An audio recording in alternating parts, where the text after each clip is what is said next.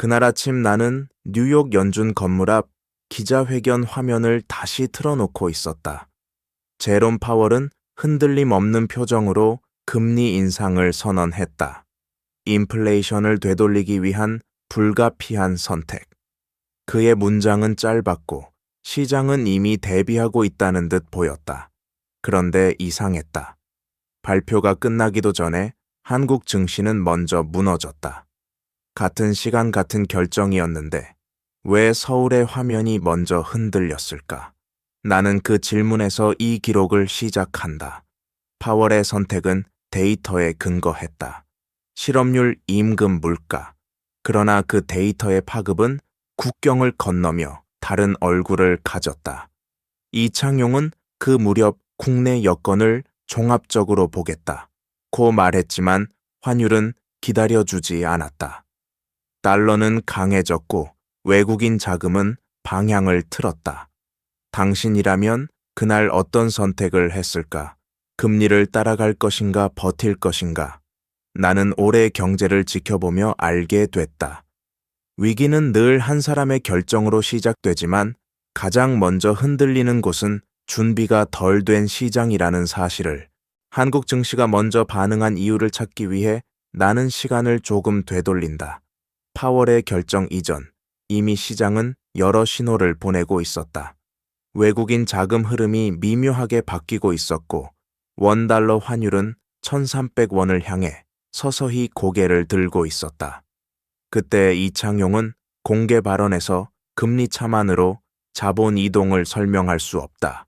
고 선을 그었다. 반면 크리스틴 라가르드는 유럽 중앙은행 회의에서 훨씬 직설적이었다. 긴축은 아직 끝나지 않았다.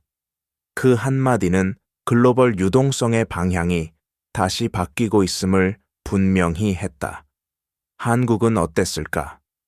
가계부채는 이미 역사적 고점에 있었고, 부동산 시장은 낮은 금리를 전제로 유지된 구조였다.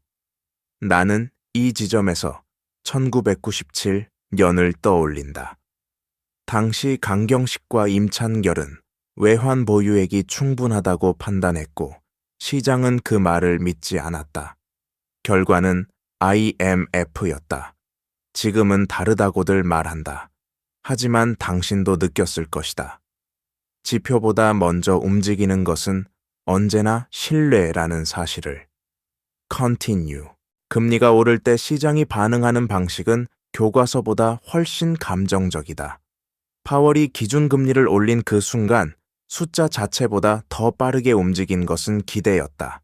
나는 그날 밤 아시아 시장을 훑어보다가 재미있는 대비를 발견했다. 같은 금리 충격 앞에서 일본은 상대적으로 잠잠했고 한국은 유독 먼저 흔들렸다. 이유는 단순했다. 일본은행의 구로다. 하루히코는 여전히 완화 기조를 고수하겠다고 못 박았고 시장은 그 신호를 믿었다. 반면 이창용은 필요하다면 추가 인상도 배제하지 않겠다고 말했지만 동시에 가계부채 부담을 언급했다. 이중 신호였다. 투자자들은 그 모호함을 리스크로 해석했다. 크리스틴 라가르드가 유럽에서 물가 억제를 최우선 과제로 밀어붙일 때 한국은 금리와 성장 사이에서 망설이는 모습으로 보였다. 나는 여기서 메커니즘을 본다.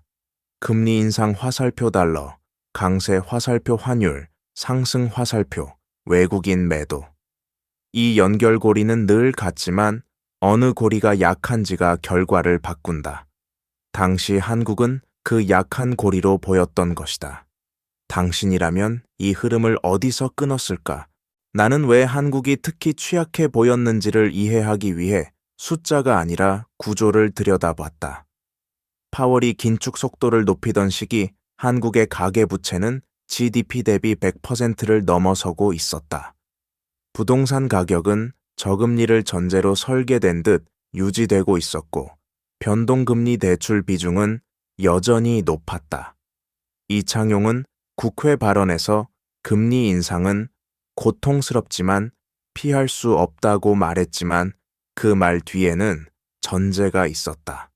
더 늦으면 비용이 더 커진다는 판단. 반면 라가르드는 유럽에서 부동산보다 물가를 먼저 눌러야 한다고 강조했다.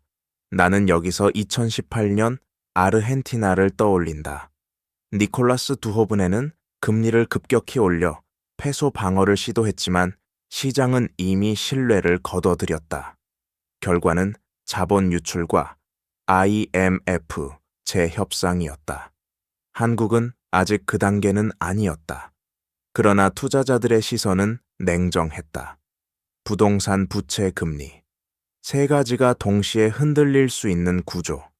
당신이라면 글로벌 자금을 운용하는 입장에서 어느 시장을 먼저 줄였을까? 한국이 먼저였다는 사실이 그 질문의 답이었다.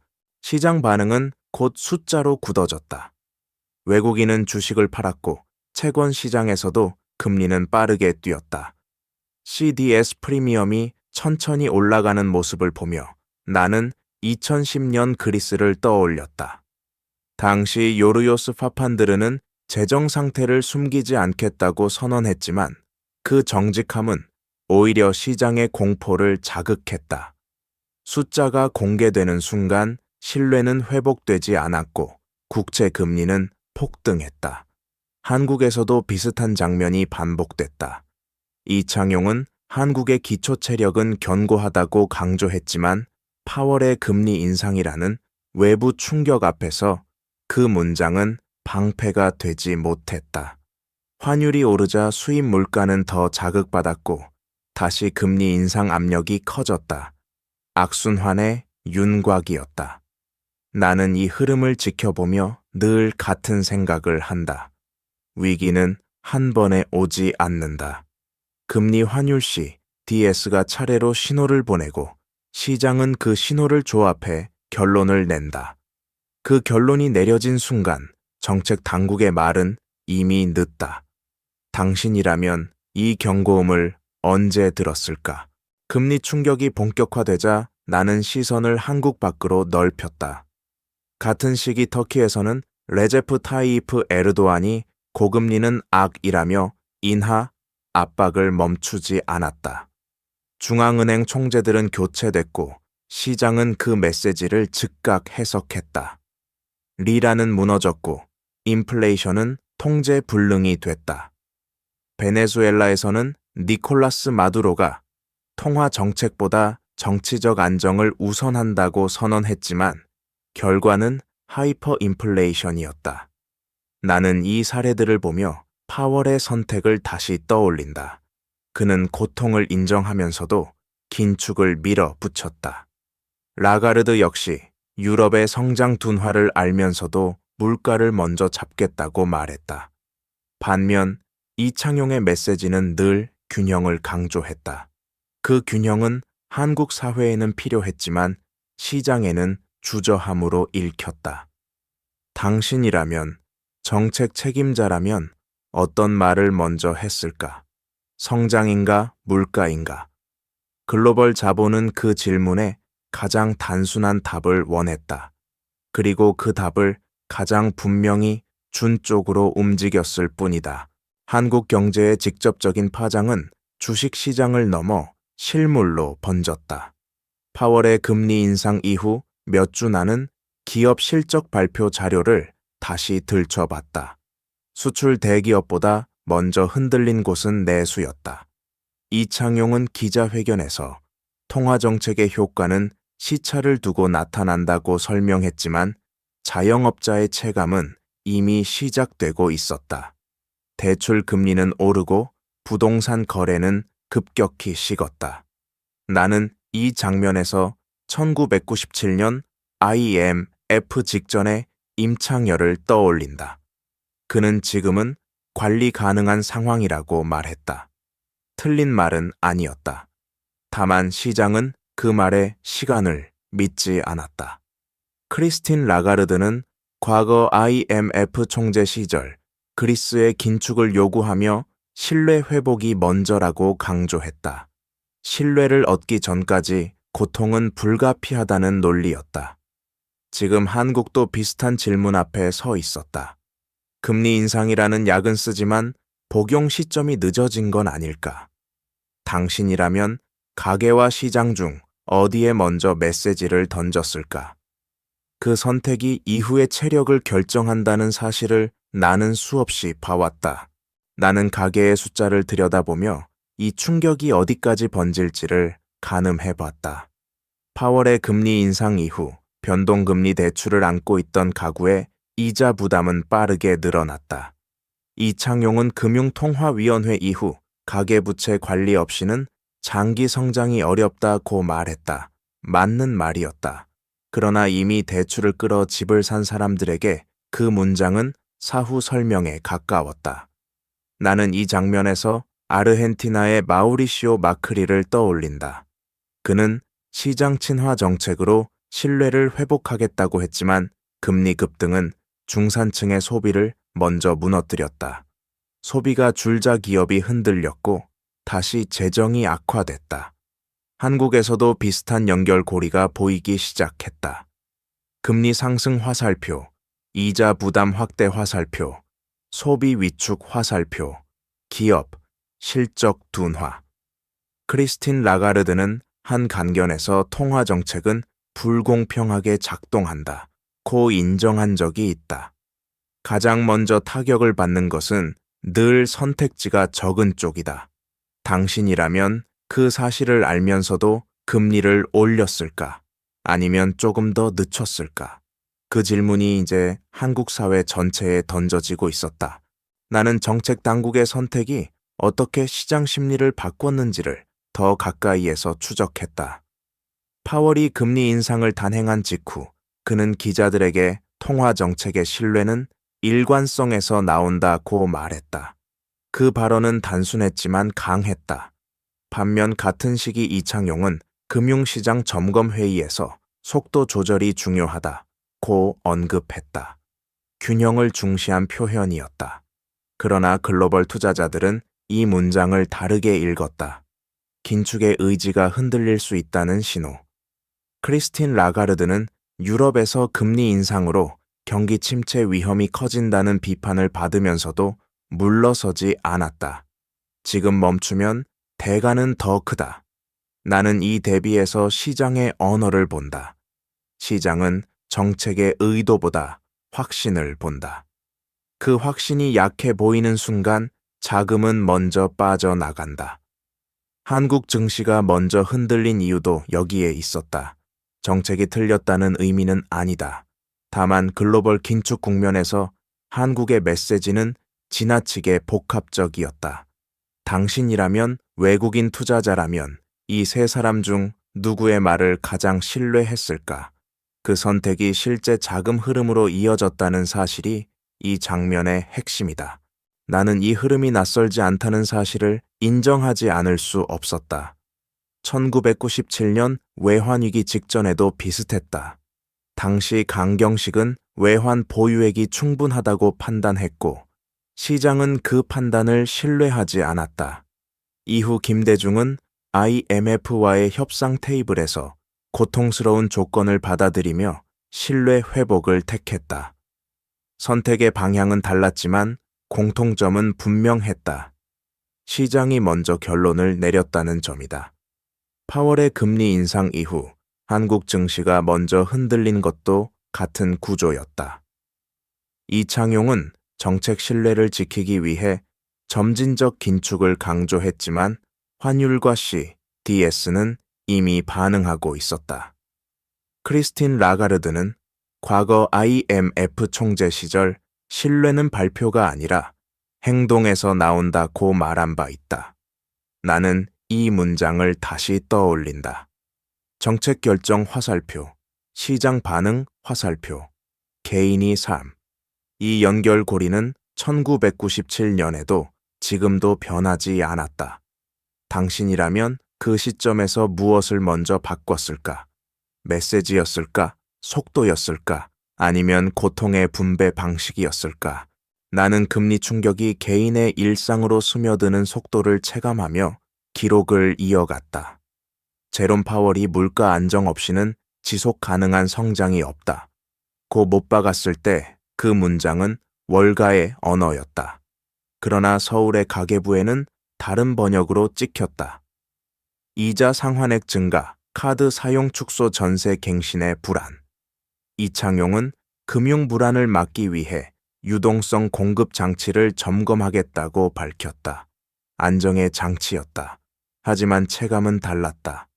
나는 2012년 그리스의 가정들을 떠올린다.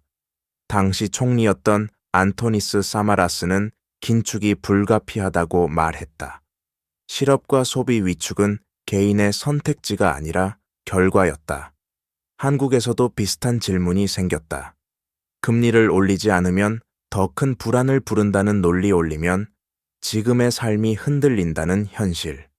정책의 딜레마다. 파월의 확신과 이창용의 균형 사이에서 개인은 늘 계산서의 마지막 줄에 적힌다. 당신이라면 그 계산을 받아들였을까? 아니면 다른 길이 있었을까? 나는 아직 그 답을 확정하지 않는다. 나는 시선을 다시 글로벌 금융시장으로 돌렸다. 파월의 긴축이 본격화되던 시기 달러 유동성은 급격히 빨려 들어갔다. 이 과정에서 CDS가 먼저 반응한 국가들이 있었다. 2022년 터키에서 재무장관 누레딘 네바티는 성장은 금리보다 중요하다고 말했지만 시장은 그 발언 직후 리라를 팔았다. 금리 인상을 거부한 선택이 신뢰를 깎아먹은 순간이었다. 반대로 파월은 성장 둔화를 인정하면서도 정책 경로를 바꾸지 않았다. 이창용은 한국은행 보고서에서 외화 유동성은 관리 가능한 수준이라고 평가했지만 글로벌 자금은 비교의 언어로 움직였다. 어디가 가장 먼저 방어선을 열 것인가? 나는 이 장면에서 베네수엘라의 델시 로드리게스를 떠올린다. 재정과 통화를 동시에 떠안은 선택은 결국 통화 붕괴로 이어졌다. 한국은 그 길과는 달랐지만 시장은 언제나 최악의 시나리오를 먼저 가격에 반영한다. 당신이라면 이 불안의 가격을 과하다고 봤을까? 아니면 합리적이라고 판단했을까? 그 질문이 당시 한국 증시의 낙폭 속에 그대로 담겨 있었다. 정부의 선택이 시장에 어떻게 읽혔는지도 빼놓을 수 없다. 파월의 결정 이후 한국 정부는 금융시장 변동성에 대비한 컨틴전시 플랜을 점검한다고 밝혔다. 안정의 언어였다. 그러나 나는 그 문장을 들으며 2010년 그리스를 다시 떠올렸다. 당시 요르요스 파판드르는 재정 긴축과 구조 개혁을 동시에 약속했지만 시장은 실행 가능성부터 따졌다. 약속은 많았고 시간은 없었다. 한국에서도 비슷한 시선이 작동했다. 이창용은 통화 정책의 독립성과 물가 안정을 강조했지만 재정 정책과의 호흡은 분명하지 않았다. 반면 파월은 재무부와의 역할 분담을 명확히 하며 연준의 경로를 고정했다. 크리스틴 라가르드는 유럽에서 정책 간 불협 화음은 시장을 가장 불안하게 한다고 말한 바 있다. 나는 이 말이 당시 한국에 그대로 적용된다고 느꼈다. 정책이 틀렸느냐의 문제가 아니다. 조합과 타이밍의 문제였다. 당신이라면 정부와 중앙은행 중 누구의 메시지를 먼저 정리했을까? 그 선택 하나가 시장의 속도를 늦출 수도 있었을지 모른다. 나는 이 시점에서 환율을 다시 본다. 파월의 금리 인상 이후 원달러 환율은 빠르게 움직였고 그 속도는 주식보다 더 솔직했다. 달러 강세는 선택이 아니라 결과였다. 제롬 파월은 강한 달러는 미국의 목표가 아니다 라고 선을 그었지만 그의 정책은 달러를 끌어당겼다.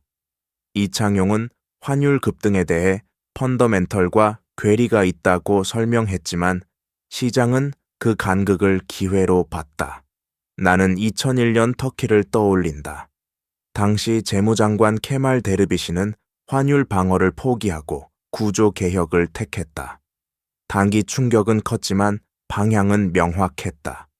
반면 한국은 방어와 수용 사이에서 미세 조정을 택했다. 크리스틴 라가르드는 과거 위기국 자문에서 환율은 메시지의 합계라고 말했다. 정책 재정 통화가 모두 반영된 숫자라는 뜻이다. 당신이라면 그 숫자가 빠르게 변할 때 말을 바꿨을까? 행동을 바꿨을까? 환율은 늘 그 선택을 먼저 드러낸다. 나는 주식 차트보다 더 늦게 반응하는 영역을 떠올린다. 바로 고용과 생활이다. 파월의 금리 인상은 월가에서 먼저 해석됐지만 그 여파는 몇 달의 시차를 두고 일터에 도착했다. 기업들은 투자를 늦췄고 채용 계획은 조정됐다. 이창용은 통화정책 보고서에서 고용 충격은 제한적일 것이라고 전망했지만 중소기업 현장은 이미 비용 압박을 느끼고 있었다. 나는 여기서 크리스틴 라가르드가 한 말을 기억한다. 통화정책의 부작용은 항상 가장 조용한 곳에서 시작된다. 그 말처럼 구조조정은 대기업보다 먼저 협력업체와 비정규직에서 나타났다. 파월의 결정은 미국의 물가를 겨냥했지만 한국의 고용시장에는 다른 방식으로 번역됐다. 금리 인상 화살표 투자, 축소 화살표 일자리 불안. 이 연결고리는 숫자보다 느리지만 훨씬 깊게 남는다. 당신이라면 정책의 성공을 어디서 판단했을까? 물가 지표에서였을까? 아니면 누군가의 일상이 흔들리는 순간에서였을까? 나는 이 질문이 아직 끝나지 않았다고 느낀다. 나는 위기의 말단에서 다시 정책의 출발점을 되짚는다. 제롬 파월은 여러 차례 우리는 고통을 최소화하려 노력하지만 선택을 미룰 수는 없다고 말했다. 그 확신은 미국 내에서는 비판을 받았지만 시장에는 기준점이 됐다. 반면 크리스틴 라가르드는 유럽 각국의 정치적 압박 속에서도 금리 경로를 유지했다. 나는 이 장면에서 아르헨티나의 마르틴 구스만을 떠올린다. 그는 재무장관으로서 부채 재조정을 설득했지만 정책 일관성을 지키지 못한 순간 시장의 신뢰를 잃었다. 그리스의 알렉시스 치프라스 역시 긴축 반대 공약과 현실 사이에서 방향을 바꿔야 했다. 한국은 그 극단으로 가지는 않았지만 메시지는 늘 시험대에 올랐다. 정책은 완벽할 수 없다. 다만 확실해야 한다. 당신이라면 불완전한 선택이라도 명확히 했을까? 아니면 균형을 택했을까? 나는 그 차이가 한국 증시가 먼저 무너진 이후의 마지막 조각이라고 본다. 나는 이 기록을 쓰며 한 가지 장면을 계속 떠올린다. 1997년 IMF 협상 테이블에서 미셸 캉드쉬는 한국 정부의 단호한 조건을 제시했고 김대중은 그 조건을 받아들이는 대신 신뢰 회복이 먼저라고 말했다. 선택의 고통은 컸지만 방향은 분명했다. 지금의 한국은 그때만큼 극단적이지는 않다. 그러나 파월의 금리 인상 이후 증시가 먼저 무너진 이유는 그때와 닮아 있다. 시장은 늘 가장 빠르게 비교한다. 제롬 파월은 흔들리지 않았고 크리스틴 라가르드는 속도를 늦추지 않았다. 이창용은 완충을 고민했다. 그 고민은 국내에는 책임감으로 보였지만 글로벌 자본에는 계산 시간을 늘리는 신호로 읽혔다. 나는 여기서 정책의 잔인한 속성을 본다. 옳은 선택과 빠른 선택이 항상 같지 않다는 점이다. 당신이라면 그날 국내의 고통을 조금 줄이기 위해 세계의 신뢰를 잠시 미뤘을까? 아니면 세계를 먼저 설득하고 내부의 고통을 감수했을까? 한국 증시의 선제적 붕괴는 그 질문에 대한 시장의 답변처럼 보였다. 이제 나는 마지막으로 왜 하필 증시였는가를 묻는다. 파월의 금리 인상은 채권과 환율 부동산에도 영향을 줬지만 가장 먼저 무너진 것은 주식이었다. 이유는 명확했다. 주식은 미래를 가격에 담는 시장이기 때문이다. 제롬 파월의 선택은 미래의 긴축을 예고했고 이창용의 균형 발언은 그 미래가 한국에서 더 복잡하게 전개될 수 있음을 암시했다. 투자자들은 그 가능성을 할인율로 계산했고 결과는 주가 하락이었다. 나는 2015년 그리스 증시를 떠올린다. 알렉시스 치프라스가 국민투표를 선택한 순간 불확실성은 곧바로 주에 반영됐다. 정책의 방향보다 결정 방식이 더 중요해진 순간이었다. 한국도 마찬가지였다. 금리를 얼마나 올렸느냐보다 얼마나 확실하게 말했느냐가 먼저 평가됐다. 당신이라면 그날 증시를 보며 무엇을 읽었을까? 당이 충격이었을까? 아니면 구조적 경고였을까?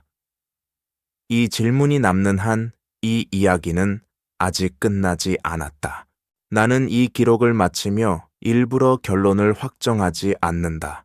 왜냐하면 경제의 역사에서 확정된 결말은 거의 없기 때문이다. 제롬 파월은 여전히 데이터를 본다고 말하고 이창용은 여전히 상황을 종합적으로 판단하겠다고 말한다. 크리스틴 라가르드는 긴축의 끝을 서두르지 않는다. 그 사이 시장은 이미 다음 장면을 가격에 반영한다. 한국 증시가 먼저 무너진 날은 누군가의 실패를 선언한 순간이 아니라 비교가 시작된 순간이었다. 세계는 동시에 움직이지 않는다. 같은 금리라도 각자의 구조 위에 떨어진다.